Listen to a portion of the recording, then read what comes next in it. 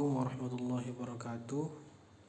Nama saya Muhammad Salahuddin Al-Misbah dengan NIM 20180230009. Di sini saya akan menjelaskan beberapa soal, ada 10 soal mengenai ujian tengah semester untuk mata kuliah peralatan tekanan tinggi atau PTT. Untuk soal nomor 1, jelaskan tentang gambar bawah ini beserta fungsinya. Di sini ada suatu sistem dari sumber ke distribusi atau sistem distribusi dari tegangan sumber mengarah ke CC atau kapasitor pembagi tegangan. Nah, sebelum ke LT maka CC mengalir ke trafo tegangan. Tentunya pada CC tersendiri ada netralnya. Jadi lalu tegangan dari sumber mengarah ke sambungan yang lain, yaitu ke LT atau filter frekuensi tinggi. Pada LT mengalir ke dua sisi. Yang pertama sisi ke ES atau saklar pembumian, atau biasa kita sebut grounding. Nah, untuk yang sisi DS, saklar pemisah atau switch. Nah, ini setelah switch dialirkan ke CT trafo atau current trafo, lalu ke pengaman atau circuit breaker atau pemutus daya. Nah, pada pemutus daya mengalir ke DS lagi untuk memisahkan dari tegangan dari sumber dan tegangan untuk pada distribusi. Lalu ke circuit breaker lagi sebagai pengaman, lalu mengarah ke current trafo. Nah, pada sesudah current trafo terdapat LA atau pelindung tegangan rendah. Nah, di sini bisa dibilang grounding, tetapi ini untuk tegangan rendah. Maka dari LA dialirkan ke trafo daya atau trafo distribusi. Nah, pada trafo distribusi mengalir ke kabel, dilanjutkan ke kabel, lalu ke circuit breaker untuk mengamankan trafo daya itu dan jaringan distribusi setelahnya. Maka diamankan lagi oleh switch atau DS, saklar pemisah. Pada DS terbagi menjadi dua atau beberapa cabang. Nah, di sini yang disebut distribusi tadi, yang kita pakai, listrik yang kita pakai dan yang lainnya juga. Nah, pada itu ada saklar pemisah lagi, lalu diamankan dengan circuit breaker.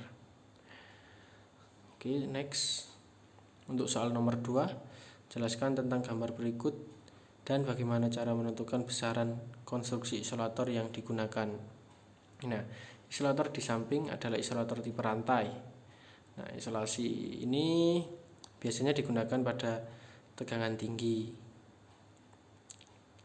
Nah, isolator ini biasanya terdapat beberapa pin atau lempengan ya. Nah, lempengan atau pin ini biasanya terbuat dari ada yang keramik, ada yang kaca. Jadi menentukan beberapa lempengan tergantung dengan tegangan pada kabel atau tegangan yang akan dialiri. Tentunya isolator ini ditujukan untuk menahan tekanan medan elektrik, karena ini hanya digunakan untuk tegangan tinggi. Untuk cara menentukan besaran isolator ini dengan cara menentukan KHA pada kabel, dan setiap lempengan itu memiliki nilai KHA atau kuat hantar arus tersendiri. Maka beberapa tumpukan lempengan itu tergantung dengan KHA pada kabel dan tegangan yang akan dialirkan pada isolasi ini. Next, soal nomor 3. Berikan salah satu sistem pendingin peralatan tegangan tinggi dan sertakan cara kerjanya. Nah, untuk salah satu sistem pendingin peralatan tegangan tinggi, yaitu di sini ada pipa hollow konduktor. Biasanya digunakan dalam peralatan trafo dengan radiator. Nah, pada gambar yang di kanan itu tampak luarnya, tampak besarnya. Nah, di situ ada bushing. Bushing ini dibuat untuk menutup dan membuka serta mengecek apakah minyak pada trafo itu masih ada atau tidak. Lalu tentunya ada badan trafo untuk melindungi minyak yang ada di dalam itu dari kondisi luar. Lalu radiator sebagai pendingin juga. Nah, di dalam pipa hollow konduktor ini terdapat selubung anti korosi pada bagian luarnya, lalu pipa baja pada bagian dalam setelah selubung anti korosi itu tadi. Nah, selubung anti korosi ini berguna untuk penahan karat atau anti karat ya. Tentunya juga melindungi minyak tersebut dari luar. Nah, pipa baja juga sama, tapi tidak pelindung sebagai anti karat. Lalu di dalamnya ada isolasi, lalu inti pipa hollow konduktor tersebut, dan pelindung kedap minyak. Jelaskan cara penyambungan konduktor tegangan tinggi. Nah, pada konduktor tegangan tinggi tentunya akan sangat bahaya jika tidak menggunakan alat yang ada pada di gambar. Nah, alat tersebut yang ada pada di gambar itu memudahkan kita dalam menyambung konduktor pada tegangan tinggi. Nah, alat tersebut ada dua macam, yaitu kabel satu fasa yang sisi kiri ya, dan yang kanan kabel 3 fasa. Untuk cara penyambungannya, maka kabel sebelum alat itu disanggah atau dicapit seperti tang yang panjang seperti galah, tang capit itu mencapit di situ. Lalu pada sisi yang akan disambung juga dicapit agar alat ini bisa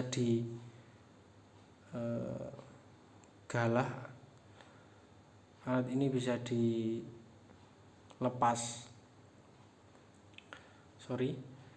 dilepas dengan cara menyundul. Oke. Setelah lepas, maka sambungan itu yang ada pada terminal bisa dikaitkan lagi. Nah, itu tujuannya untuk mengkaitkan. Nah, sambungan konduktor tegangan tinggi ini yang kabel 1 fasa sama dengan yang 3 fasa, cuman bedanya ada 3 dan ada 1 gitu. Oke, next. Untuk soal nomor 5, jelaskan fungsi pemutus daya pada gambar berikut. Pada gambar ini adalah sistem jaringan seperti jaringan distribusi, tapi ini lebih sedikit kompleks. Maka jika gangguan hubung singkat terjadi pada DTF yang menyebabkan short circuit atau arus hubung singkat, maka tegangan yang bersumber dari G, CB nomor 2 atau yang kotak nomor 2 memutus tegangan dari sumber atau dari CB1, dan yang CB nomor 3 juga memutus dari kerusakan terjadi hubung singkat pada DTF. Nah, gunanya CB2 memutus untuk agar supaya kerusakan yang terjadi pada DTF tidak terhubung dengan CB1 ke atas dan lajur yang di bawahnya. Dan gunanya CB3 memutus untuk mengamankan agar supaya kerusakan tidak berlanjut ke trafo 3 dan seterusnya ke distribusi. Maka CB1 tetap tertutup, artinya tetap mengalirkan ke CB6 sampai bawah, sampai generator yang kedua. Nah, tentunya CB6 juga dapat mengalirkan ke CB5 dan ke atas, sehingga aliran daya ke beban tetap bisa menyala, tetap dipertahankan. Nah, dalam hal ini pemutus daya 2 dan 3 itu untuk melokalisir jaringan yang terganggu agar jaringan tetap dapat beroperasi. Untuk soal nomor 6, sebutkan komponen-komponen pada gambar di bawah ini dan jelaskan pula cara kerjanya. Nah, pada nomor 1 yaitu kontak tetap. Untuk nomor 2 yaitu kontak bergerak. Sedangkan nomor 3 yaitu bilik kontak. Dan nomor 4 tungkai penggerak kontak. Sedangkan nomor 5 bushing. Dan nomor 6 tangki berisi minyak isolasi. 7 penggerak mekanik. Untuk kontak tetap sebagai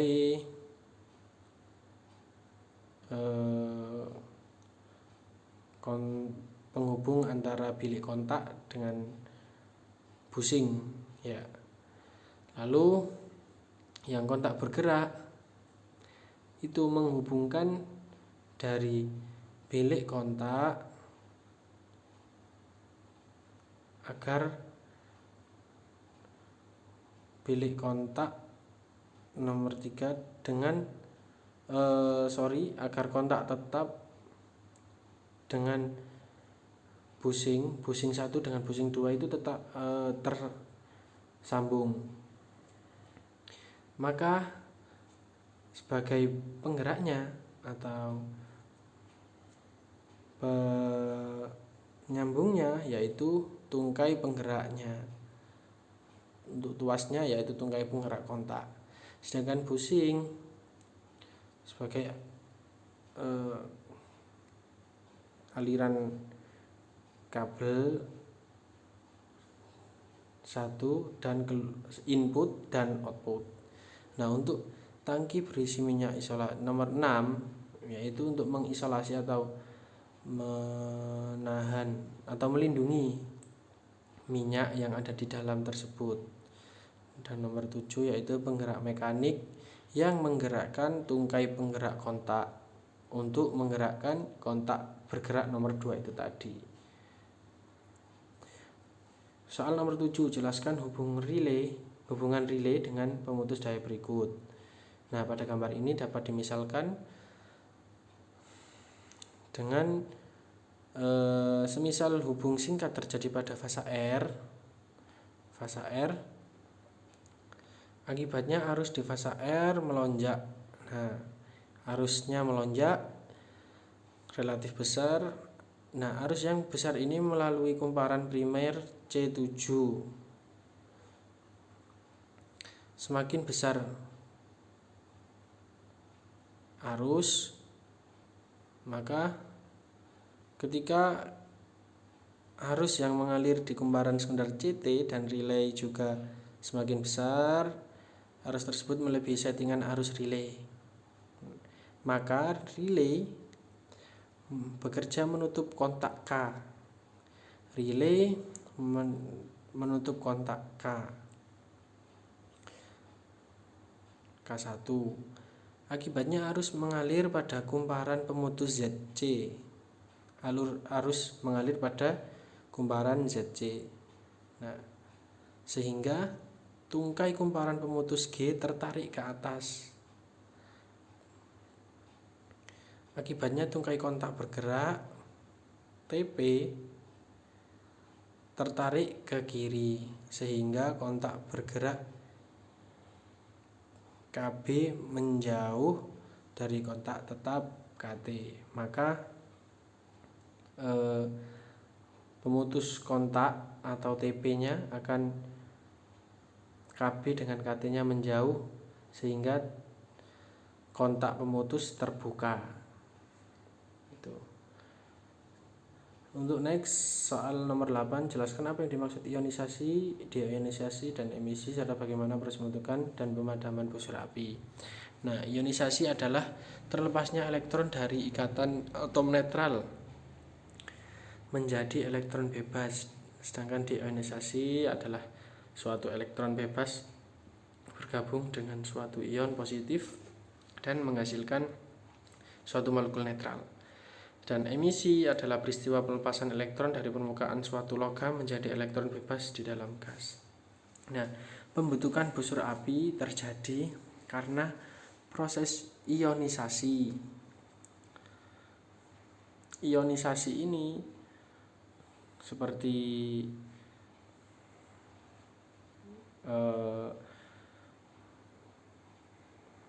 maknanya atau kepanjangannya, yaitu melepaskan elektron dari ikatan atom netral menjadi elektron bebas. Nah, ketika proses kabel, saat adanya arus yang teraliri pada kabel, maka proses ionisasi terjadi dan elektron pada tembaga akan menjadi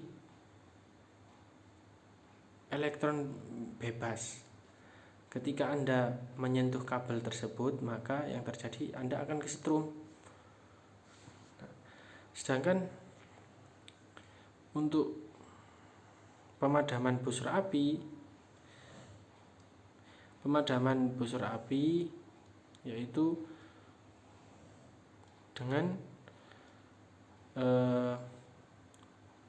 proses deionisasi, atau dilakukan dengan mencegahnya dengan dilakukan proses emisi. Nah, pemadaman busur api ini bisa dilakukan dengan cara menahan ion-ion positifnya sehingga tidak dapat keluar menjadi elektron bebas, atau dia dapat dinetralkan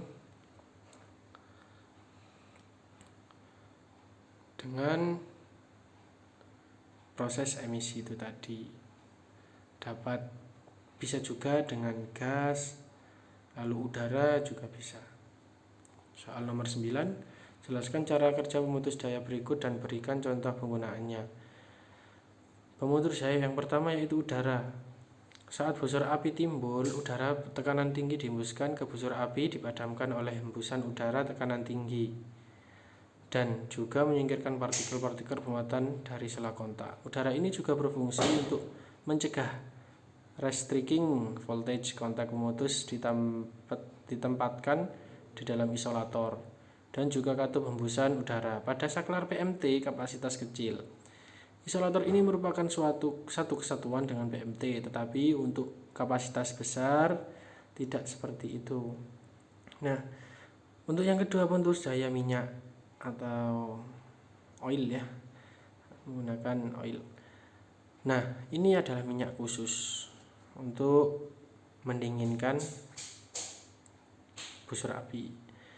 Ketika kontak dipisah, busur api akan terjadi di dalam minyak atau dalam tangki ya, sehingga minyak menguap dan menimbulkan gelembung gas yang menyelubungi busur api. Panas yang ditimbulkan busur api menaikkan temperatur minyak sehingga minyak mengalami dekomposisi dan menghasilkan gas hidrogen. Gas hidrogen bersifat menghambat produksi ion sehingga membantu pemadaman busur api. Sementara itu, minyak mendinginkan busur api dengan menghantarkan panas dari busur api ke tangki pemutus daya. Vakum, jika kontak dibuka, maka pada kontak yang berperan sebagai katoda terjadi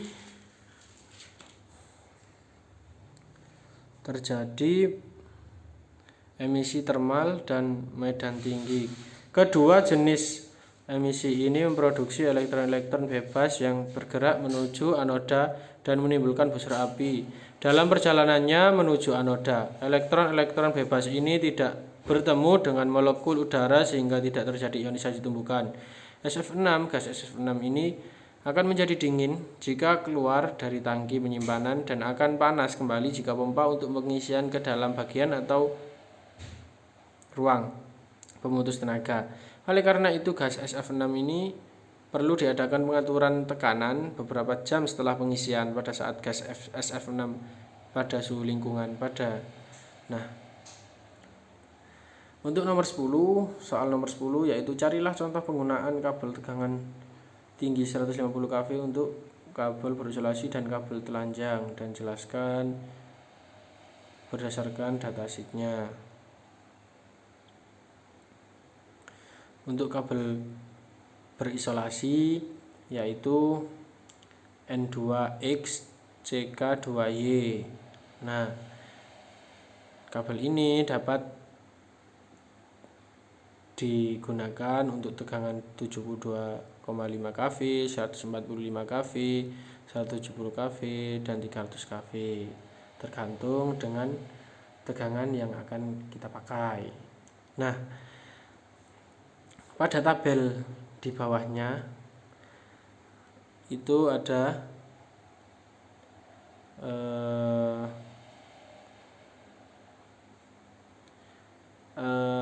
luas penampang pada kabel tersebut dan KHA atau kuat hantar arusnya. Itu kita bisa lihat ada yang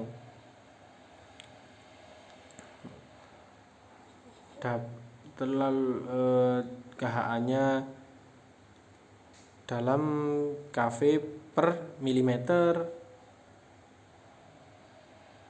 dan luas penampangnya itu milimeter persegi. Nah, pada kabel berisolasi ini spesifikasinya yaitu IEC 60840. Nah, untuk kabel telanjang sendiri adalah bercu per konduktor. Nah, pada tabel sebelahnya itu di bawahnya itu bisa kita lihat ada ukurannya atau luas penampang, lalu isinya ada pilinannya ada berapa pilinan, lalu ada berat juga, dan yang paling biasanya paling dilihat adalah pada resistan kabel tersebut, yaitu pada ohm per kilometer. Biasanya tegangan tinggi memakai ohm per kilometer, resistannya begitu. Itu saja yang bisa saya sampaikan. Untuk kurang lebihnya mohon maaf. Saya akhiri, wassalamualaikum warahmatullahi wabarakatuh.